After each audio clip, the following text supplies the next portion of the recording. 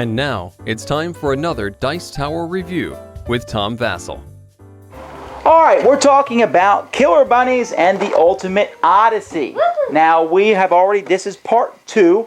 We've already reviewed the game in part 1. We explained how the game works and told you our opinions on it. In this one, we're just going to talk about the different colors. There's 6 different colors: red, yellow, green, blue, orange, purple. And we're going to tell you, maybe if you are looking to get into the game, which of the colors you might want to get. I'll give you a little hint. They're pretty much all the same in how they play. They're not that difficult, but there are some minor differences. Let's look at them, and we'll tell you what we think.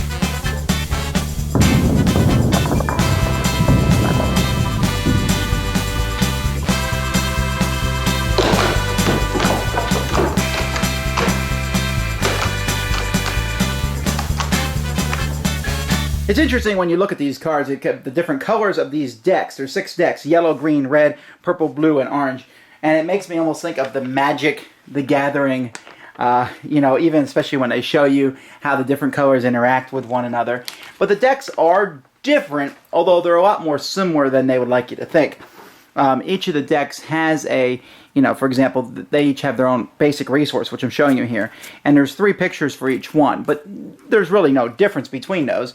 And we have land, crops, energy, elementals, animals, and technology. And I like the artwork on all the cards. Other than that, each of the decks has different cities in them, but the cities mostly are different points values and such, but they're all over the world. And so, if you have from London, England, to Tokyo, Japan, to Sydney, Australia, to LA, to Shanghai, to Seoul, South Korea, to Lima, Peru, to New York City. And they all have different values, and they're different shaped cities that matter.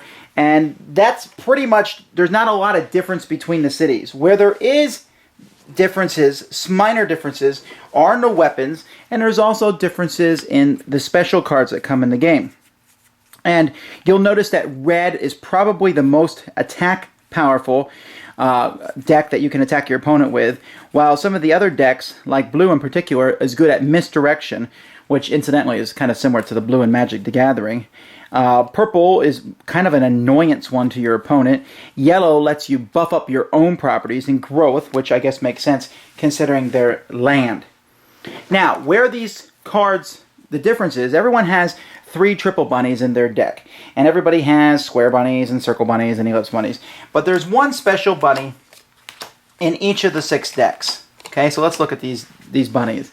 We have the reduced bonus bunnies, and so when the yellow one, it's kind of a defensive bunny. When you have multiple bunnies in your deck here, they reduce weapons by levels when they're being attacked. So if you want defense, you pick a yellow deck.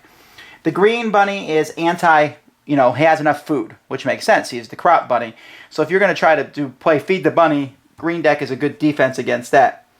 The fiber bonus bunny, you're going straight for points. If you have 2 of those, you get +5. So if you put a city with 2 of those. Now, of course, you want to defend that city, because if you have a city with 2 of these bunnies with +5, your opponents are going to attack it. The resource bonus bunny, when you can save resource cards directly from your hand. So if you want to use the orange deck, you have a chance of getting out faster than any other deck. The bounce bonus bunny, they allow you to bounce back unsuccessful ground weapons to your opponent. I really like that. Again, the misdirection, the annoyance of the blue deck. And then the purple bunny lets you re-roll any die roll once on your turn if you have 4 of these guys in play. Now, you want to get 4 of them into play, because once you do that, the purple deck becomes one of the most powerful decks. I guess the point here of these decks is, how do you take these and put them together? Are there good combinations? I found that red-blue is a good combination to have the misdirection of blue and the power of red. But I also like orange-purple, because orange lets me play cards as quickly as I can, with purple's re-rolling. And then if you want the ultimate defense, you can use the yellow-green deck. Now, those are just colors I made up. I suppose you could make a deck of all 6. But like we said in our original video, it's kind of a pain to figure out that you have to buy all 6 decks. No one really wants to buy multiple decks so that you can have extra cards. So what we usually do is we usually just play a straight single color deck, or we take 2 decks and then you can mix and match those any way you want. I really couldn't tell you which deck is better than another one. I like the purple deck the best probably, but I would gladly play with any of them because the difference is, I mean, there's a lot of difference in artwork, and there's a lot of difference in, you know, when I take a look, for example, at the green deck, many of the cards are the same as the other decks other than the artwork or minor differences, or, you know, when I look at the red deck, same thing. But they do have a somewhat different feel, and kids don't need to have to learn a completely new play style every time they play a deck. So if you play this with kids and they play one deck, they're going to be able to play all of them. So are they balanced? Well, yeah, because they're not that different from each other. So yes, they're balanced. And at the same time, there is some variety to give kids. I think you could get away with just buying 2 decks and have a lot of fun with that, but 6 will give you a lot of variety, even though we do need to get a box that holds them all.